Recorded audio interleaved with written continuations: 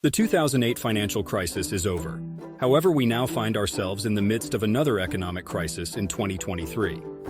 A decade and a half has passed since the last recession, making the current economic downturn, though not entirely unexpected, a noteworthy event.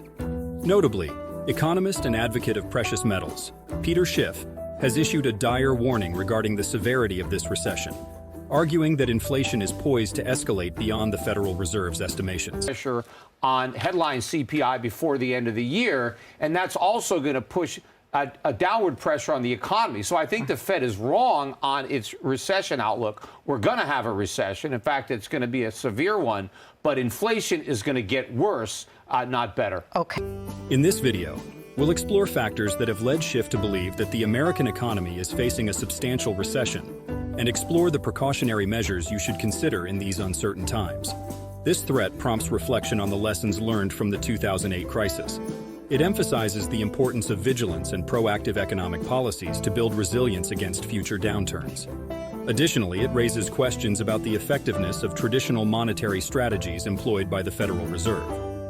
As we navigate this new economic landscape, it's crucial to consider alternative approaches and strategies for safeguarding our financial well-being and adapting to an evolving economic environment. The onset of the 2023 financial crisis is a sign of an impending collapse. To effectively address this, we need to determine its root cause. In the aftermath of the issues observed at Silicon Valley Bank and Signature Bank, Schiff figured out a pattern that points towards an impending economic downturn, akin to the beginnings of a depression. Surprisingly, the mainstream narrative has kept from labeling it a crisis, seemingly hesitant to invoke memories of the 2008 financial crisis. Schiff's analysis draws significant parallels between the current situation and the events of 2008. In essence, the 2008 recession revolved around individuals accumulating debt during an economic bubble, only for borrowers to find themselves unable to meet their obligations when the bubble inevitably burst.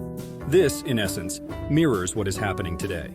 Moreover, Schiff's findings highlight the importance of responsible financial practices and vigilant oversight in the modern financial landscape.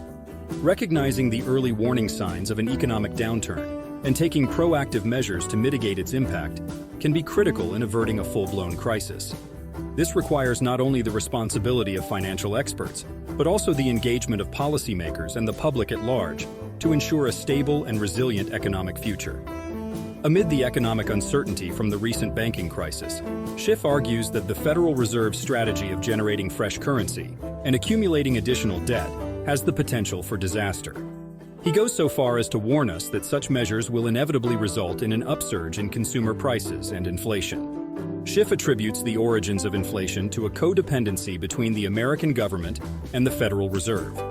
In this dynamic, the government expends funds it lacks in its coffers, prompting the Federal Reserve to generate new money to facilitate the government's expenses.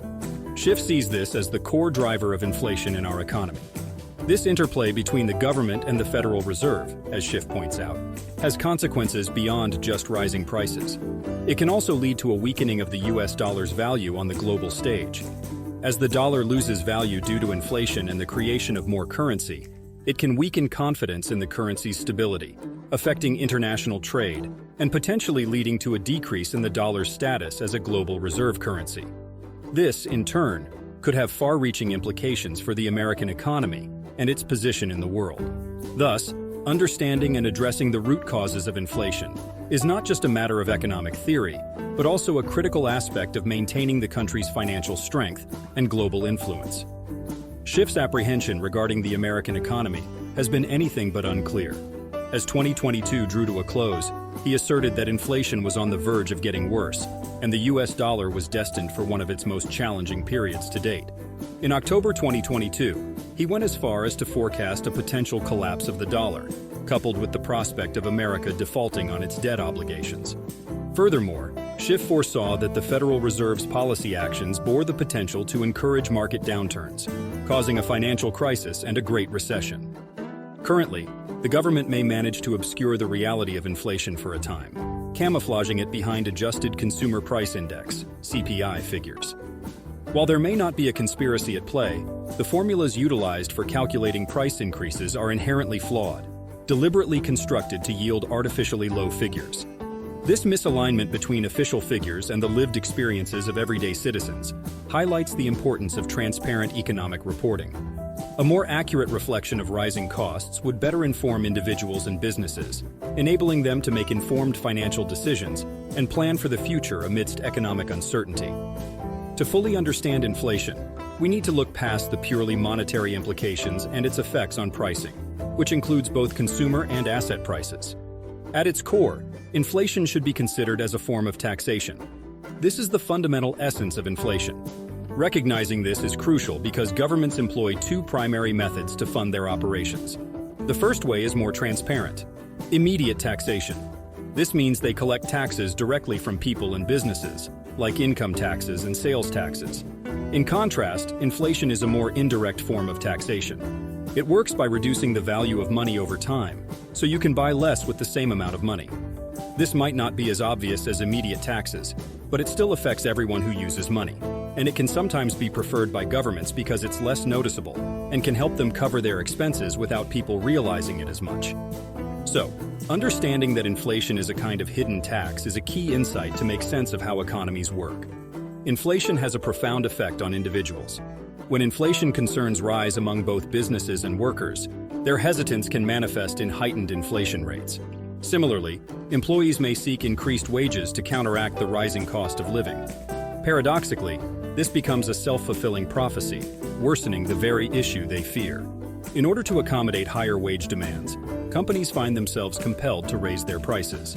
At the same time, the perception of elevated raw material costs prompts businesses to adjust their prices to safeguard their profit margins, meaning inflation expectations have the potential to fuel an upward spiral in inflation rates over time. The consequence of inflation is a diminished purchasing power of the currency, causing a dollar to be less valuable than it once was.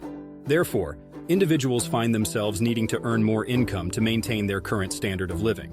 For example, suppose an individual earned $5,000 per month in June 2010. To sustain an equivalent level of purchasing power and offset the effects of inflation, that individual would need to earn $6,000 today. Schiff predicts that the banking crisis is destined to worsen. As inflation erodes the value of money on a daily basis, individuals will want to withdraw their money from banks, recognizing that the banks cannot offer interest rates high enough to counteract this loss. However, when this collective desire to withdraw funds happens, the money within the banks could be insufficient to meet the demand. In such a scenario, the only solution would be for the Federal Reserve to print additional dollars. Yet this solution comes at a substantial cost. Printing more money only accelerates the devaluation of the currency. This, in turn, can create a problematic cycle of rising prices, diminishing the purchasing power of money, and further eroding the public's trust in the stability of the financial system. It's a concerning situation that requires careful attention and intelligent solutions to prevent further economic crises. Should banks stall again, and if the Federal Reserve raises interest rates, the effects would be severe. In this situation, not only would banks face liquidation, but bondholders and depositors alike would suffer significant losses. The challenge arises from the government's own financial struggles, making it unclear how it could come to the rescue of entities like the Federal Deposit Insurance Corporation. The question looms: where would the government source the necessary funds for such a bailout? Unfortunately, this future seems nearer than we think, and our policy measures are primarily geared towards postponing the inevitable. As we consider the potential consequences of another banking crisis, it becomes evident that the economic stability of our nation is dependent on the health of our financial institutions. In such a scenario, the responsibility doesn't just fall on banks and financial entities. It also affects everyday people who rely on the stability of the financial system to safeguard their hard-earned money. These concerns highlight the importance of regulations and safeguards to prevent the repeat of past financial disasters.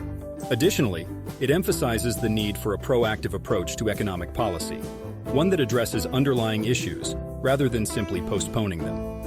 As we navigate these uncertain times, it's crucial to remain vigilant and advocate for policies that prioritize the long-term stability of our economy and the financial security of our citizens.